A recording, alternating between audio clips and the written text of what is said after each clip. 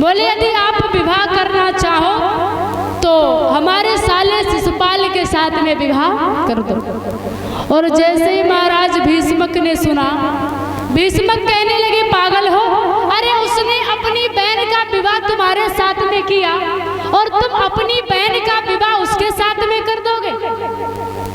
महाराज रुकुम कहने लगा जब उसने अपनी बहन का विवाह मेरे साथ में किया तब तुम्हें कोई चिंता नहीं हुई, और जब हम अपनी बहन का विवाह उसके साथ में कर रहे हैं तो तुम्हें इसमें क्या दिक्कत है। महाराज भीष्मक कहने लगे मूर्ख हो, उल्टा रिश्ता करोगे क्या? अरे वो तुमसे जीजा बोलता और तुम भी उससे जीजा बोलोगे। महाराज रुकुम कहने लगा पिताजी यदि आपने मेरी बात को नहीं माना तो तलवारें चल जाएंगी और जितनी भी पत्नियां होंगी वो विधवा हो जाएंगी। और सुनो पिताजी,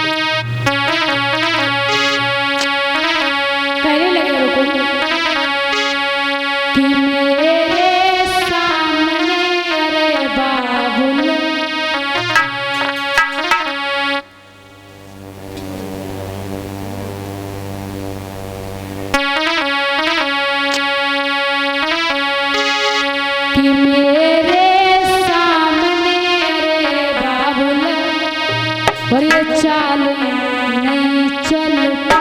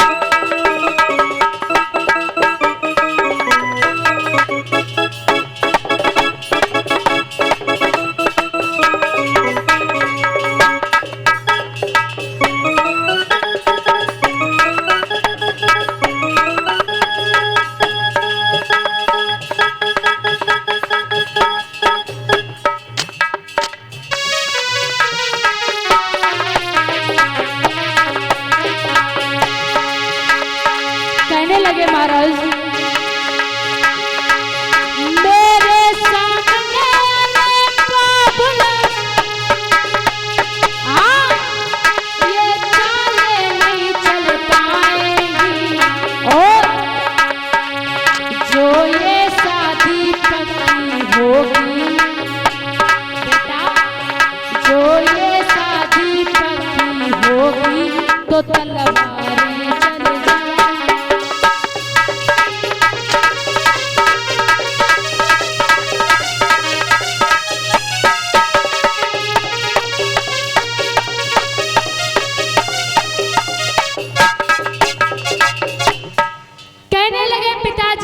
यदि मेरे सामने तुमने शिशुपाल के साथ में विवाह नहीं किया तो तलवारें चल जाएंगी। अब भैया परीक्षित जी जब घर में बेटा बड़ा हो जाए, घर में बेटा बड़ा हो जाए तो उसकी माननी पड़ती है।